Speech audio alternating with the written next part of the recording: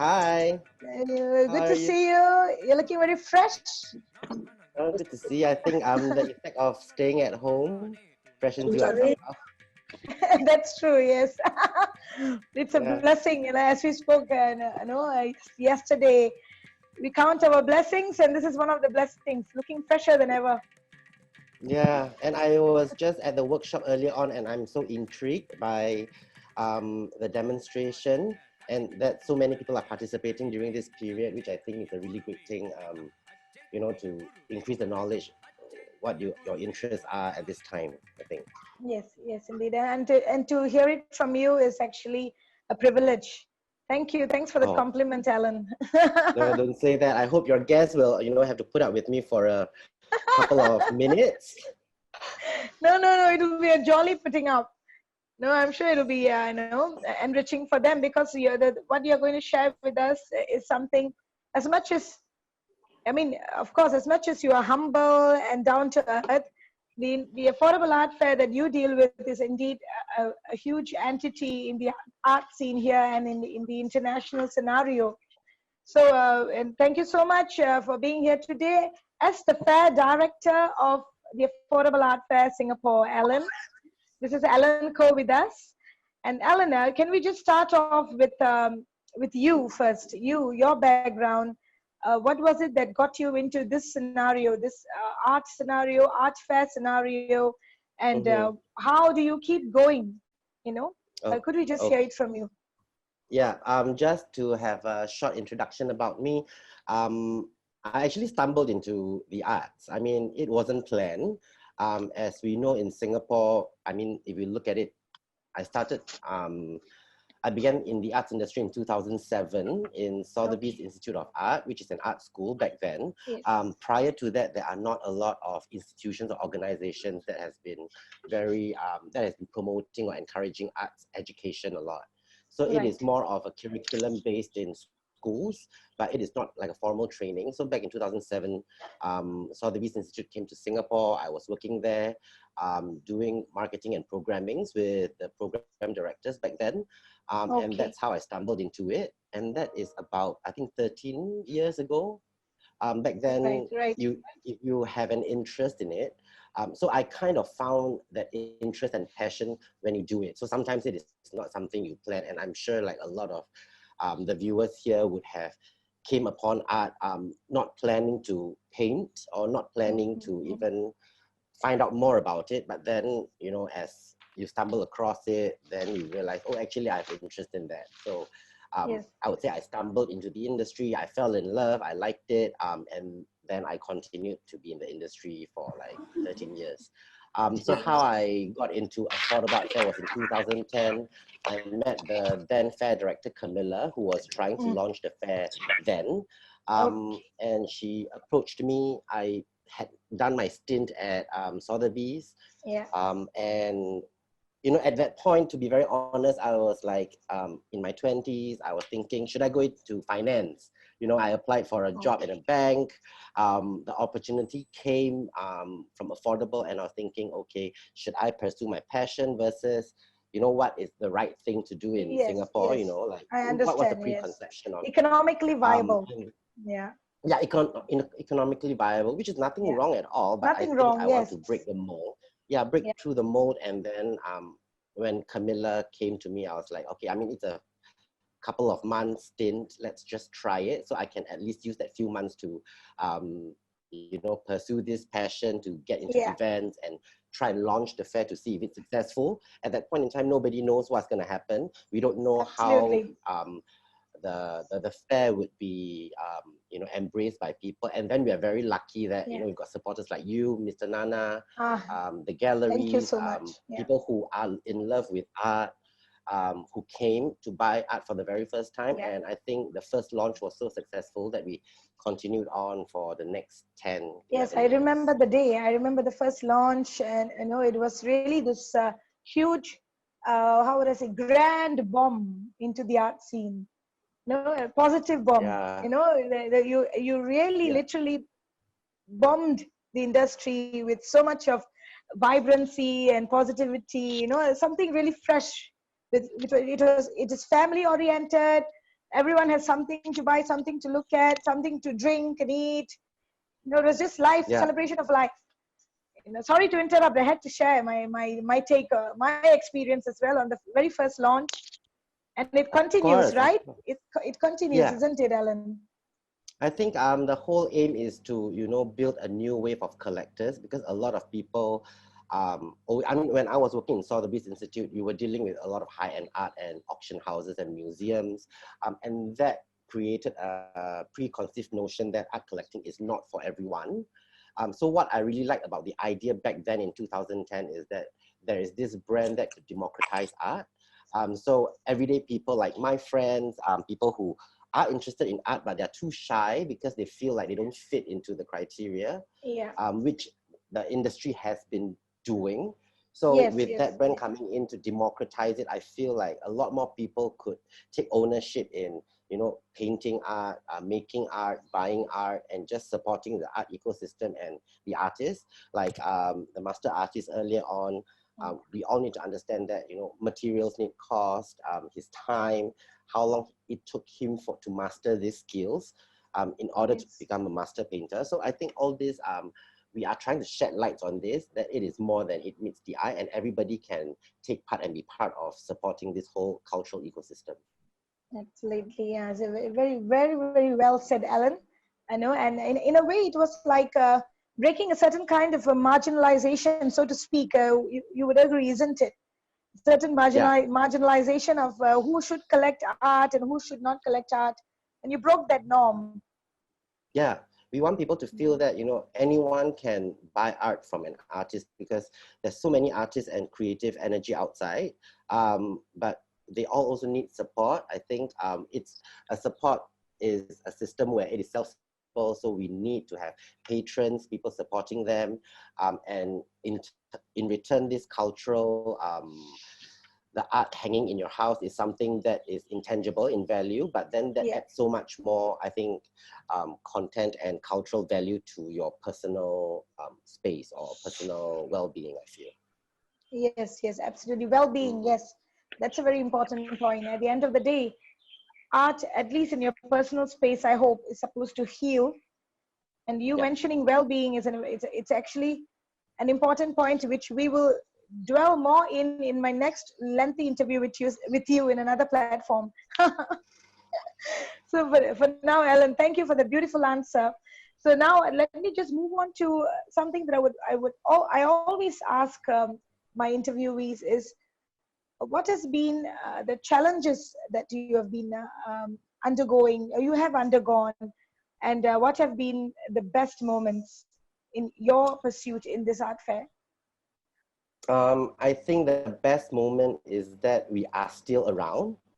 So that is Yes. kind of a testament to our effort and work that we've put into it over the past 10 years. And to see that, galleries like yourself are still very active in promoting artists and getting people to take part in the workshops, knowing that galleries are still selling art to support their artists, to their clients and people who are buying art for the first time. I think these are all highlights of my time in the fair, and it is still Right. happening. And I think a key highlight is that people now don't look at art as, something that they cannot attain.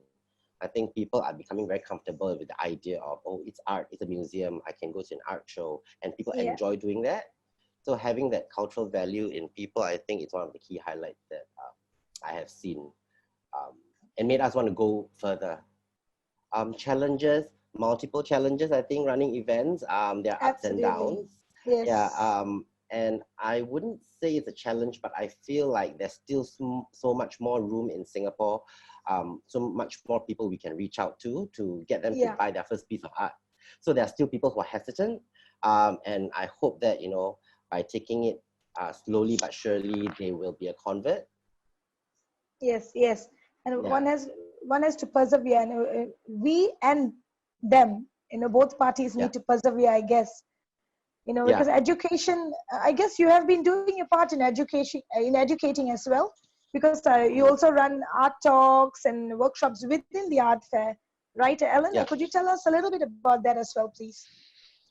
So within the art fair, we try to run workshops and talks so that artists can share their insights. Galleries like yourself can share their insights. And the idea is to impart knowledge in a very non-confrontational, I would say, a very easy environment for people to take part in without feeling too stuffy. So we remove the jargons, we try to get back to basics. We try to explain to people the reason why artists are painting in different styles. How do you define a different style? So it is easy to understand and digestible. So then that in turn piques people's curiosity, I think. When people are interested, then they want to find out more on their own. And the idea is to continue that kind of legacy for people to research on their own. Because I think like any other subjects like art, it is down to your own individual research and knowledge. That's not something, because everything is changing every time, every day, at every moment. So you just need to be updated if you're interested. So I think it's having that mindset in. And it's also, Ellen, at the end of the day, no, we can't force somebody to buy art, isn't it?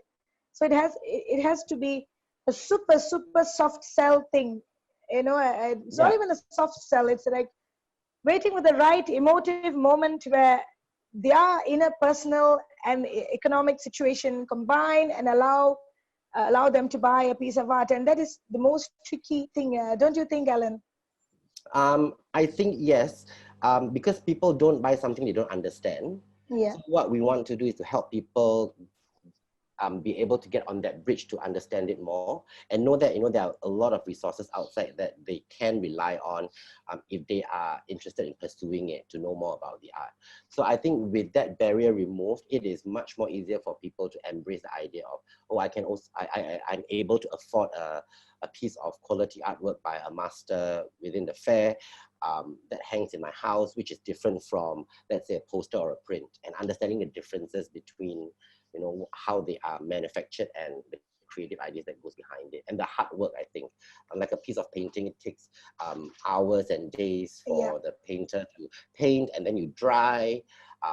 There's so much work that goes behind a piece of work that we want to highlight the amount of work that goes into it, and so people could understand it. Excellent, and I love that viewpoint that you have shared with us, Alan. It's a very valuable element.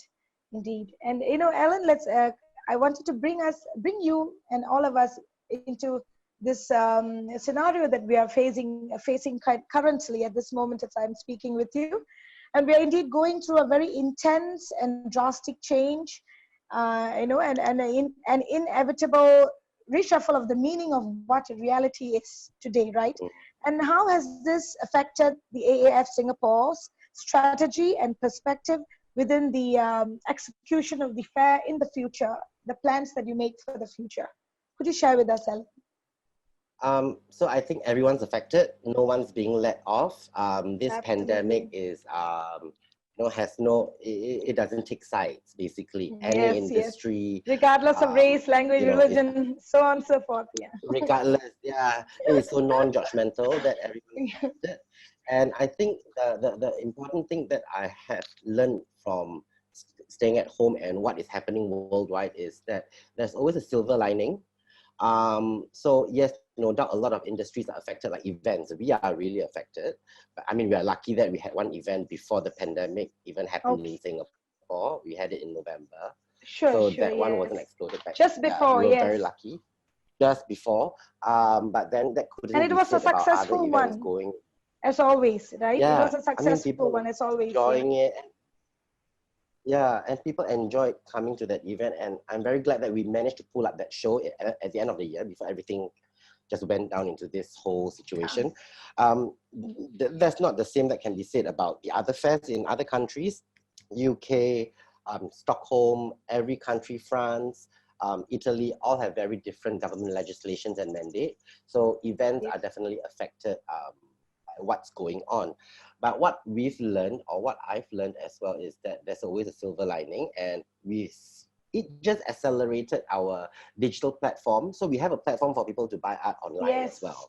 Absolutely, so that's supposed to be seen as complementary to a fair. I think being physically in a gallery and being online has its own space.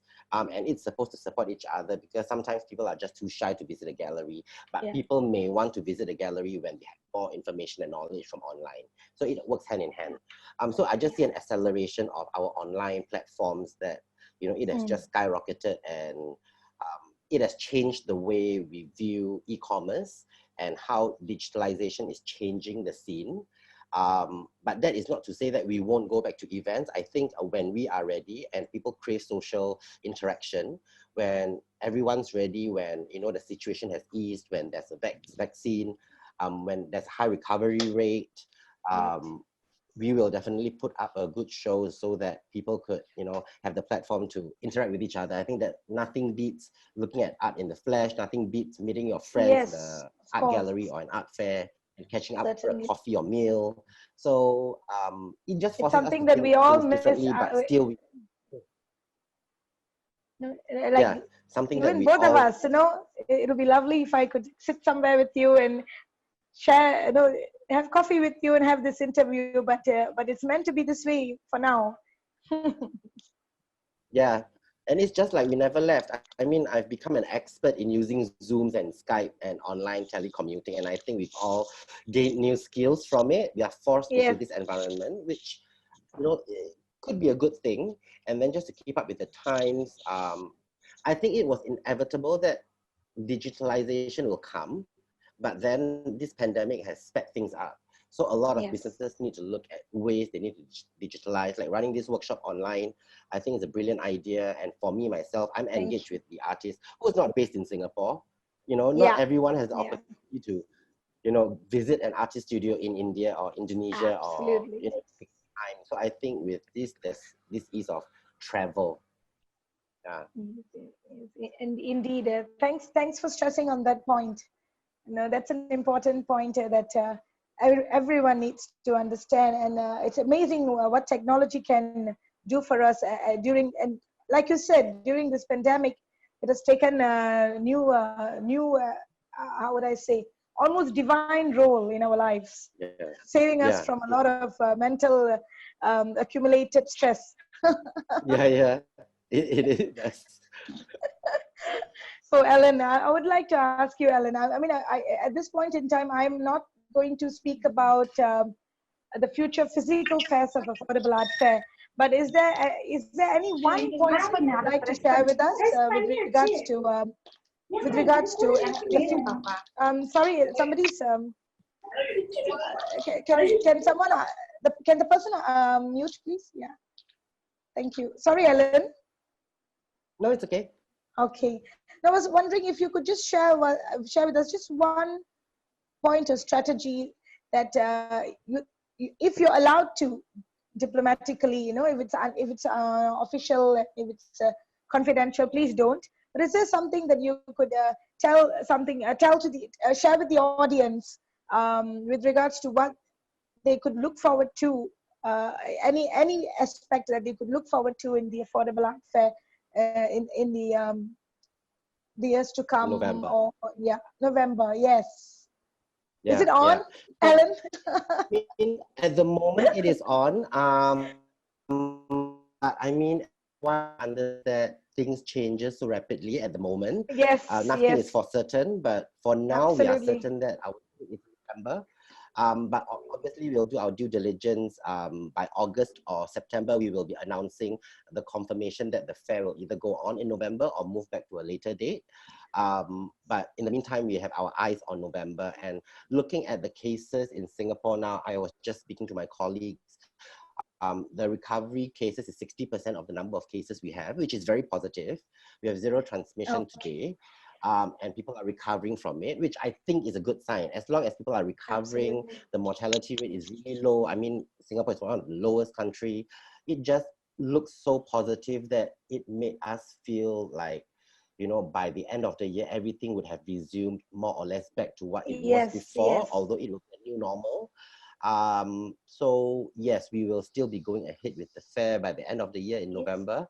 And of course, we hope that we Wonderful. will have international exhibitors coming in, but with the travel restrictions in place, we're going to look at Asian countries. So a lot of times the exhibitors and galleries are dependent on the countries they're coming from.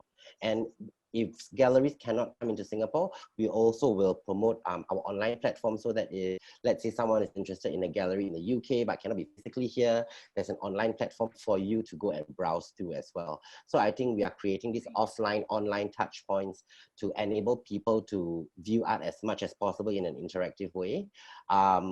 Yeah. So that will be the future, I think. Beautiful. The I think it's whole vision also, and ethos is still the same. and it's a matter of re-strategizing, isn't it, Alan? Even if it's going to be on, I guess you just need to do some sound re-strategization Yeah. for that, and which you and your team are very capable of, and that's something that's very commendable when with regards to the abilities of the team. And I'm very proud to say that. I'm very proud to be associated with you and the Affordable Art Fair team as well, Alan. Thank you. And I think we yeah, just need to sorry. be very flexible. That's one Yeah, thing I've learned from running a business, is to be very flexible. Yeah. So I think this is one of the times where we have to really put our flexibility to the test. absolutely. Thank you so much for these very well thought, very, how would I say? I wouldn't say you're totally diplomatic, but there's something about you that's also very truthful, right? And Yeah. thank you for speaking your truth with us. And Yeah, no problem. I that's think, commendable. you know, that's the way it is. That's the situation. Nobody knows what's going to go on. Everybody's in this together. Absolutely. Everyone's working from home. Some of you are pulling your hair out. Some of you are Yeah, not. yeah. So, you know, this is time where I feel. There's no, you know, ultra positive things that I want to say, but I'm just picking out the points that I think are valid. And of course, Yes, there are down times as well. So I'm not saying everything's a bed of of roses, course. but it just has to keep Certainly, going. yeah. Yeah. The downtime never ends, but then, we just overrule it. That's it, isn't it, Alan? Yeah. Overrule it with Yeah. as much Yeah. It does. positivity as possible. And Yeah. Alan, thank you so much. A We have pleasure. come to, I wouldn't say end or conclusion. We have come to a certain point where we are halting this conversation, and we will Yeah. continue this somewhere in another platform, Alan, because I Yeah. believe you have so much to share with us, and the experiences that you have had must have been multifaceted as well in this industry. So till we meet next in another platform, Alan, I would like to tell you to take care and stay safe. Yes. And I'll see you soon some other time, Ellen. Thank you very much for your time. So thank you for having me, and you all stay safe and stay healthy. And hope you all, you know, keep going with whatever that's going on. Yes. Yeah. All We right. will. We Then I shall. will We take shall. my. We shall all stay strong, always. Yeah. We will. We will. Right. Right. All Take care, right. Thank you, Ellen. everyone. Lots Bye. of love. Lots of love. Take Lots of care. love. Bye Bye bye. bye.